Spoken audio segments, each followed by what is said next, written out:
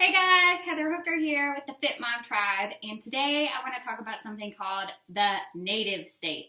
This is just some guidelines that Pruvit gives you for when you start your ketones to transition into a healthier lifestyle, because we really do not recommend diets. That's something that I am absolutely 100% against. And something that I've seen with my own customers is they'll get a 5 or 10 day experience pack, but then they wait to start using their ketones because they want everything to be perfect and they want to get everything all lined up. And I just don't believe that approach works, as well as making these smaller changes and having it be more of a lifestyle.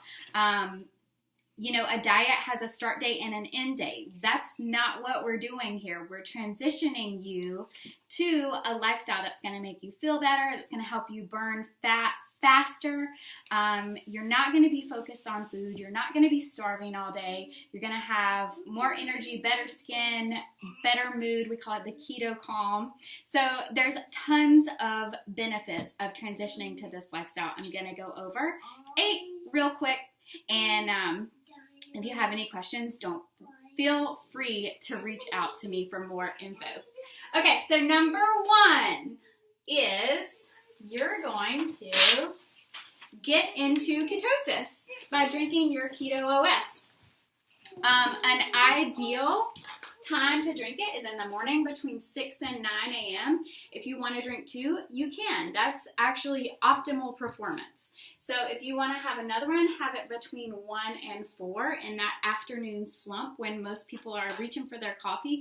You just reach for your other packet of ketones. Now, personally, I cannot have caffeinated ketones after noon. So I do recommend that you do caffeine free if you're going to choose 2 options a day. To make your ketones, you're just going to take this packet, you're going to flip it open, you're going to fill this with water, dump it in your shaker cup, shake it up, and drink it. Most of the flavors are delicious with just water. Okay, so number 2. So the first one's pretty easy, right? You just drink your ketones. Number 2 is drink more water. This is something that you hear every single time people talk about living a healthier lifestyle. There's a good reason. You want to drink half of your weight in ounces every single day. One of the signs of dehydration is actually hunger. So when you're drinking enough water, you're not going to feel as hungry. You're also going to help replenish some of the stuff that's going to be flushed out. The keto diet, ketones are naturally dehydrating, so you definitely want to get in enough water. Step number 2, pretty easy so far, right? Drink your drink, drink your water. You got this. All right, number 3, cut out refined sugars. So this one is kind of where it starts to hurt a little bit. I know, I love Diet Coke, specifically Cherry Coke Zero, okay? I love it. I know it is not good for me, even if it has no calories, no whatever. It's just not good for me. It's not good for my bones. It's not good for my anxiety. It is not a health food. So cut back on refined sugars. If you are drinking soda every day, replace that with water. If you're drinking sweet tea every day, we're in the South. People love their sweet tea. It's so bad for you. Replace it with unsweet tea that you make yourself, or something like Crystal Light, or something like just plain good old tap water, which is free. All right, so we are drinking our drink. We're drinking more water, and we're not going to drink soda. So far, so good. All right, number 4. So this is where I think people start to freak out a little bit, but I'm going to share some simple swaps. So number 4 is no flour, no wheat, and no grains. Instead of gluten, you're going to get your carbohydrates from green vegetables. Now, I don't think that, again, you have to overhaul your entire pantry. You can make these simple swaps as easy as taking your bun off of your burger and just eating your burger. And instead of a sandwich, get a low-carb tortilla wrap. Instead of a taco shell, you can eat a taco salad, which are equally delicious, or you can get romaine lettuce leaves that are kind of shaped like taco shells and eat lettuce tacos. If you've ever been to PF Chang's, you know that lettuce tacos are delicious, okay? So we're going to swap out some of those things. I share a lot of recipes on my Facebook page that are keto, low-carb, high-fat versions of some of your favorite foods. Pancakes, cookies, cookie dough, like their bread even. You can make keto, high-fat, low-carb bread. So you can still have all of your favorite foods, just versions that are a little different, that use a little bit different ingredients, that stay away from those things, flour, wheat, and grains. You guys have so got this. All right, number 5, healthy fats. So we have been told for years that fat is bad.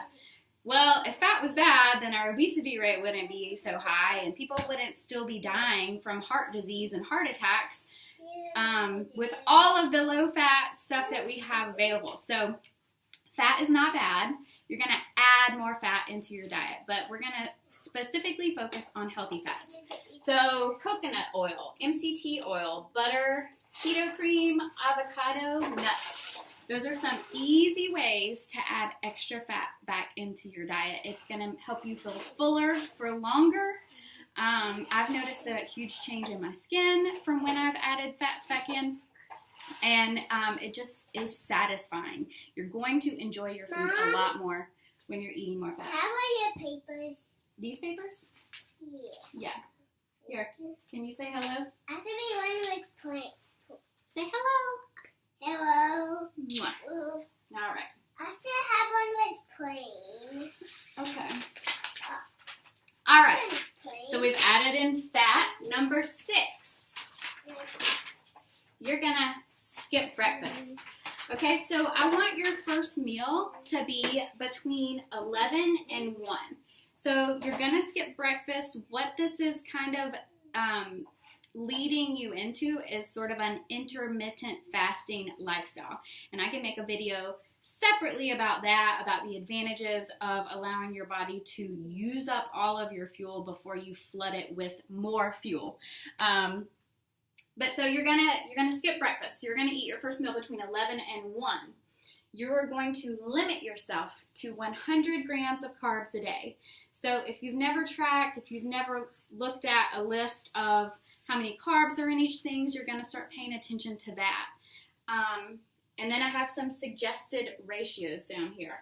For a beginner, you're gonna want 65% of your daily your daily calories to come from fat. You're going to want 25% to come from protein, and you're going to want 10% to come from carbohydrates.